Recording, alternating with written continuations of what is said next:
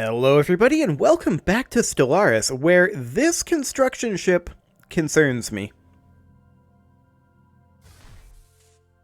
We're not sure where it's going, or what it's planning on doing. But if it goes here, and builds a station here, we've got a problem. Because I very much want to take this for ourselves. We're nowhere near the influence we need for it. So let's just bump this up to fast speed and see what it ends up doing. We'll see. I mean, we know it's heading into this station or into this system, but the question is it actually planning on going there and building, or is it passing through? Construction venture completed. That's the only question. Now, we do need to go ahead and build research stations here. We'll also build mining stations. This will actually fix our energy credit issue. It will not fix our consumer goods issue. We'll get there. Should be jumping momentarily. Yep, it's working on it. Okay, we're good. It's heading off northward. Oh, that made me a little concerned. We can get a tradition here, and we're absolutely grabbing Starbase influence cost reduction right now. That is the most efficient thing that we can get currently, I believe. So that means that our Starbases are now going to be costing a little bit less, 10% less, so I think it's like 68 now, or something like that, in terms of influence. So that will help. And also, we finished our next chapter in robot debris. I-11-36367 does not seem to have simply been a dumping ground for broken droids. It may have served as the actual battlefield where they were destroyed. The many layers of debris suggest a series of very intense battles waged intermittently across the better part of 2 centuries. Exactly why two interstellar powers would commit such vast resources towards waging a massive ground war on a small and unremarkable asteroid remains an unanswered question. Curious indeed. Well, we will proceed on that.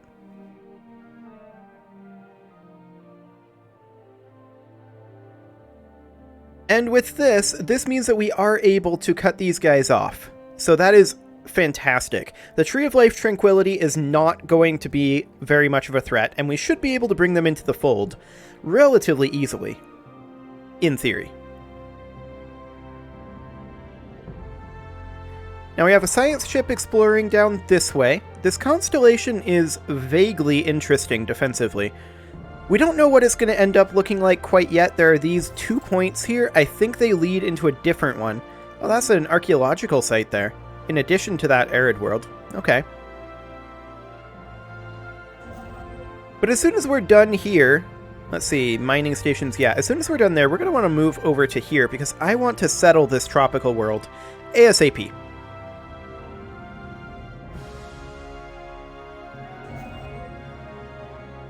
You better not. Okay, we're good. I panicked again for a moment there. But nope, it's just going through this way. There's our geothermal fracking. And we can grab... What do we want to go for here? We should probably be thinking of our combat doctrine, right? Do we want to go for strikecraft? Do we want to just go for durability? Or do we want to go for planetary build speed for now? That's what we're going to go for now. Okay, so what is the current cost here? 67. Fantastic. That's a solid savings.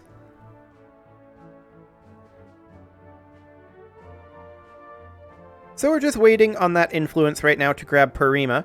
And then we'll have these guys trapped in. They can try to grab out here, but that's going to be huge influence costs. Are they heading south? No, they're not. They're heading up this way, presumably to grab these, is I'm guessing what they're doing.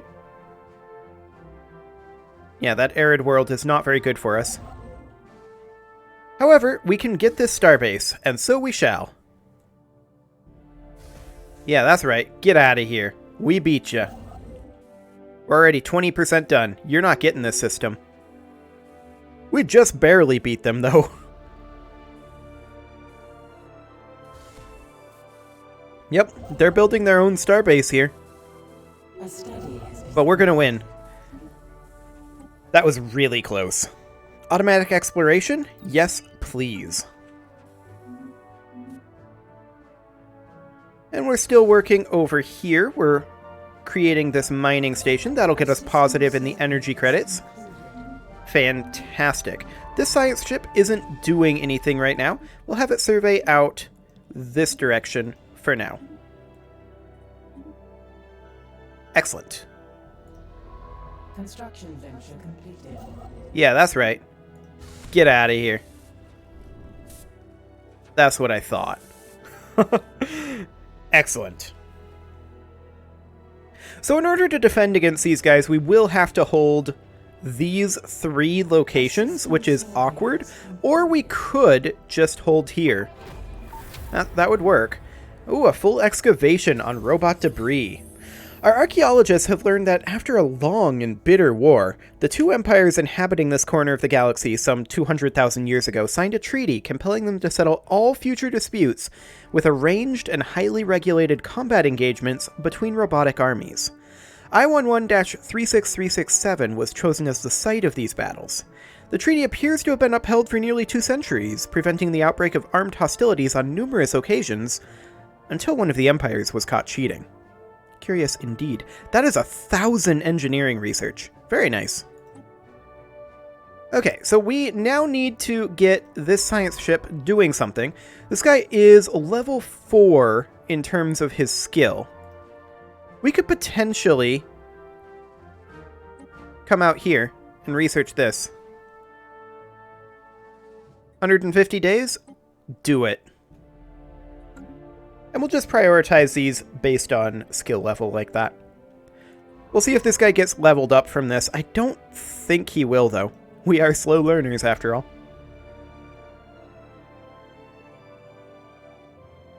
Okay, so we're no longer in a huge hurry to grab this up here. And we just want to start filling stuff in. So I think we're going to, for one thing, yeah, we're getting these mining stations. We're going to head over to Pulkor. Absolutely. Hello, Belgium. That's a tropical world. That might be an interesting world to settle. Looking at this constellation, this is actually a phenomenal constellation for us. Look at that. Defensive structure here, and we're good. Fascinating. That's really nice. To have 2 of those right next to each other? I'm definitely in. A study has been completed. Okay, there's monthly unity. That'll be useful. Admin cap will be useful later, but it's not tremendously useful right now. An anomaly has been discovered. Actually, go ahead and research that. That's only 150 days. Off-world trading companies, sure. We could go for food from farmers. We're not currently lacking food. We probably will be eventually. Or we could just go for energy siphons. And I think we'll just go ahead and get that done. There were none of those choices that were absolutely amazing.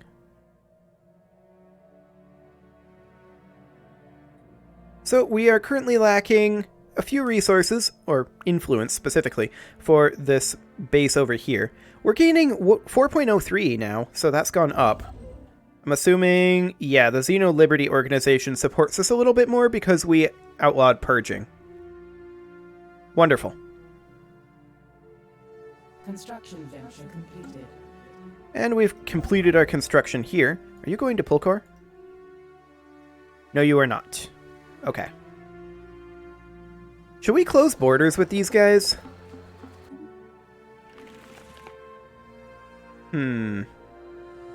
They're wary of us right now, but they're cooperative.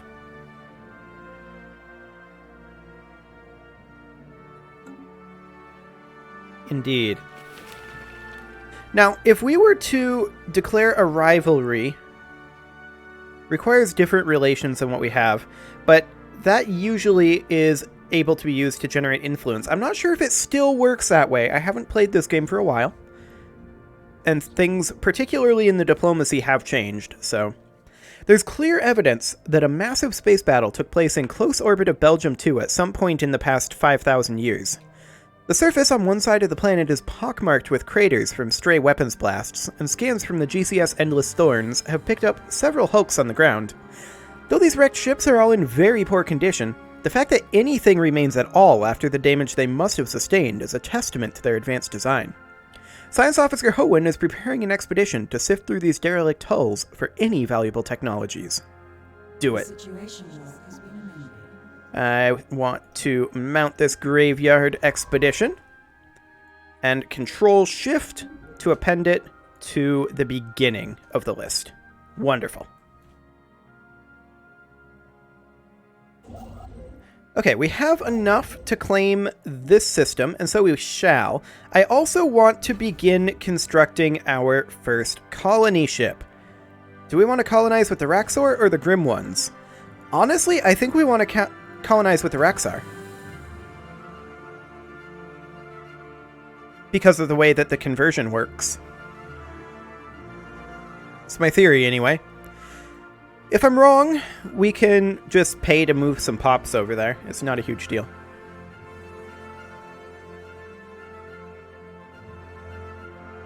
So we are going to want to fill in these last couple of locations over here and grab these 4 minerals that we somehow missed. That's interesting. Construction venture completed. Okay, let's grab these mining and research stations, and then we're going to actually backtrack and come over here. Now, I still think filling these in is lower priority. No one else has any chance of getting these, so we're then going to move back over here. Excellent. A special project is complete. The team, under Science Officer Hoenn, has finished their expedition on Belgium 2 and returned to the GCS Endless Thorns. Sadly, the wrecked starships on the surface were too badly damaged to recover any useful technologies. The vessels were clearly very advanced, however, and we could gain valuable engineering insights if we analyze the way they were designed. We should consider the construction of a permanent science outpost in orbit. There we go. Plus 3 engineering research over there. That is not bad.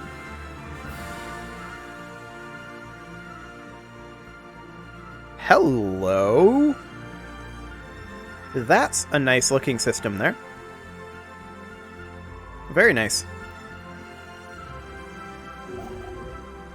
Okay, we're currently negotiating a new chief presenter, and we've converted 3 pops in an elevation ceremony. Fantastic. Yes, we are losing consumer goods at the rate of 1.76 per month. I'm not currently concerned about that. We have options for an industrial world. Let's see here. This would be physics production. This would be a great science world. And then this one, well, we don't know much about that one yet. Yeah, this would actually be a really good science world. Active scans of Pulcor 5b have picked up what appears to be a large ship deep inside the atmosphere of the gas giant. Judging by the nearby debris, there have been several failed attempts to salvage this derelict in the past. Any ship strong enough to withstand such crushing gravity must be a magnificent prize, and Science Officer Chardon has proposed a salvage project of our own. Ooh, 50 influence. This is risky, and I don't want to lose a science ship right now, so I think we're just going to take the influence. We can build our own ships like that later. That does, of course, mean that we have the influence to build this starbase. Wonderful. Our colony ship, our very first colony ship, will be done quite soon. What is the Raxor the Raxor habitability here? I don't actually know. Where's that expansion planner? Here it is. So we want it to be for the Raxar. Okay, they're only going to be at 50%. Fair enough. Have we surveyed this other world yet? No, we have not. Okay. This science ship is not doing anything. It should be working on one of these anomalies, possibly, but many of these are too difficult. So I think I'm going to have it come down over this way and do some surveying. And then this ship can just work kind of like this. Which would mean that this science ship would work essentially this half of the constellation. Approximately like this. Okay, I'm not sure why these last ones... Oh, right, because there's a limit on how many orders you can have in the queue, so it wouldn't let me queue up those last two. Yeah, go ahead and research this. A small and otherwise insignificant moon orbiting this gas giant appears to be on a trajectory that will soon result in a collision with its primary. Do it. Have we surveyed this world yet? Nope. That's a negative. Okay. Well, we'll build our mining stations here. And then we'll start making our way over this way. Like I said, we can fill in these systems later on once we know what our final borders are going to look like. We haven't run into anyone other than the Tree of Life Tranquility yet, so... And they're fanatic pacifists. So I'm perfectly content with just making a couple aggressive moves to cut them off and then getting out of there. It's another tropical world. There's been a lot of those. This colony ship absolutely needs to come over here. And we are going to colonize this planet. Yeah, I'm aware that they'll suffer an increase in upkeep and resource usage. And we may want to do the same thing over here. It is a frozen climate, but there's a lot of mining that could be done here. We could make this be a mining world. Okay, we've got a moon impact going on. We'll just go ahead and observe that right now. Excellent. But yeah, we're going to have to focus on increasing our habitability from our side rather than terraforming. So that'll be interesting.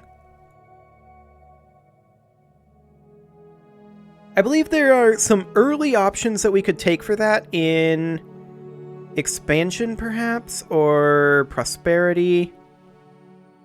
Adaptability, actually, probably. Habitability by 10%. That's a pretty good one, actually. That's very, very nice.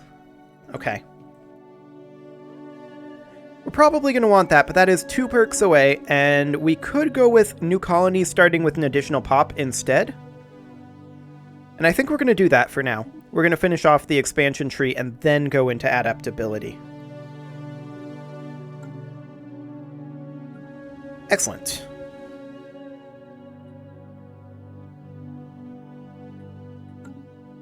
So the question is, what is going to be our factory world?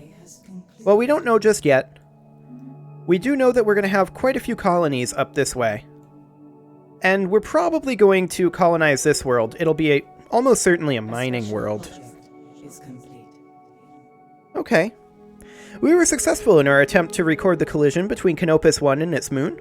The event was captured from several different angles and transmitted live throughout our space. Most importantly, our scientists, under the leadership of Gon, were able to record a large amount of valuable physics data that will surely benefit our research. Wonderful.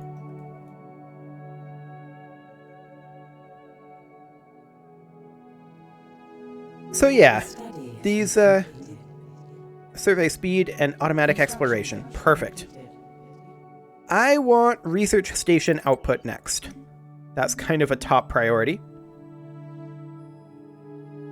We're currently sitting at 99 in terms of our influence. We'll leave this be for now.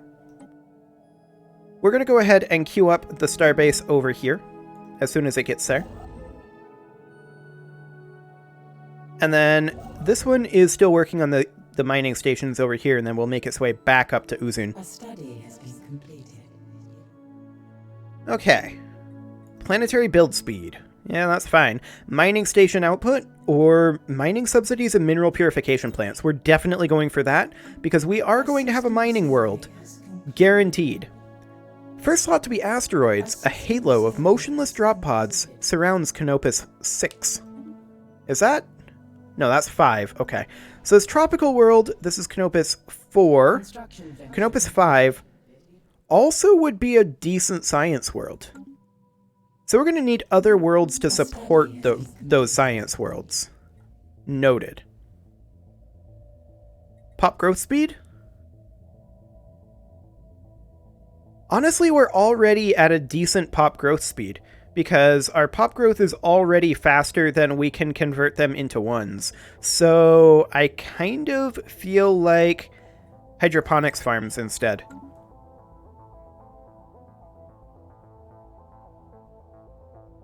Sure, that would help us bring colonies online, but we're not going to be able to convert. I mean, we'll be able to stop pop growth eventually. Yeah, we should go for it, but it's not a huge priority. The drop pods surrounding Canopus 6, I keep wanting to say that's 5, but that's definitely 6, have been drifting powerless for quite some time. The GCS Cracked Misfortune reports that whatever aliens these pods were transporting are now but withered husks on board, having evidently perished hundreds of years ago. One sole pod, however, has shown signs of onboard activity. While its engines are disabled, scans suggest its communications array is undamaged. We can hail them. So we can either take 40 influence, or we can say on screen, and we're going to do that. A caretaker, huh? Initiating communications protocol. Hello, unidentified visitor C. I am caretaker AX7B of Zolexin Drop Pod 175. I've been programmed to assist citizens during the resettlement procedure. Unfortunately, a hyperdrive malfunction led drop pods 114 through 175 to exit hyperspace 18 parsecs from our intended destination. I have attended the citizens as best I could. I even managed to prevent cannibalism for 1,840 days. Unfortunately, their air supply eventually ran out. Do you have citizens in need of tending, unidentified visitor C? If so, I would be happy to care for them. We can kill it and gain 40 influence. We can gain 250 engineering research by taking it apart. Or, he will be a governor. I'll take the influence. I assure you, I have been programmed to function unattended for thousands of years. My debugging capacities and failsafes have been engineered to provide maximum longevity of service and to minimize any incidents of data corruption or fire. Okay. There's an influence gain, and with that, we can queue up a starbase here. Wonderful. An abandoned ship has been left to drift aimlessly above this moon. The massive sails protruding from its hull suggest that it relied on solar power to function. Okay, this is an easy one. We'll go ahead and research that. And we'll build mining stations in Gothra. And here is the first Grim 1 colony. Well, technically it's a Raxar colony, but it's a Grim 1 colony. Our colony ship has found a rare patch of open ground in the jungles of Sredma Prime and made planetfall. The landing site is surrounded on all sides by lush vegetation, and sentry drones have been deployed to guard against predators. The ship has been permanently converted into the administrative headquarters of the new settlement, and its reactor core is in the process of being removed so it may serve as the colony's temporary power source. Hundreds of small tents and prefab shelters have sprung up around the former starship's massive hull as colonists begin to disembark in large numbers. The first Grim 1 city on an alien world. A great day for the Grim Council. Indeed. I mean, building cities is kind of antithetical to our beliefs too, but we're going to ignore that. We've located what we believe could be an ancient subspace gateway near Zeepak Vortex, which is somewhere. I don't know where it is.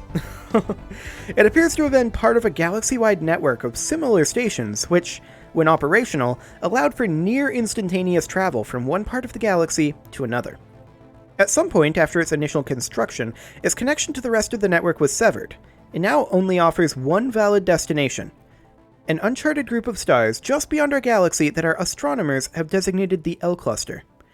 Even more intriguing, the gateway was built entirely by microscopic nanites of an unknown design. Although the gateway emits a faint power signature, it has been deliberately locked into some kind of maintenance loop that prevents its activation.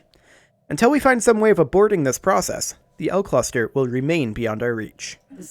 Okay, so where is that L gate? Oh, in no. Seepock Vortex, up here. Noted. We should be able to get that. Wonderful.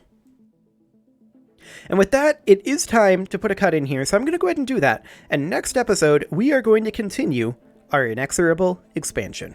You can leave your offerings to the engagement gods in the form of likes, comments, subscribes, and bell ringings, and I will see you all next time.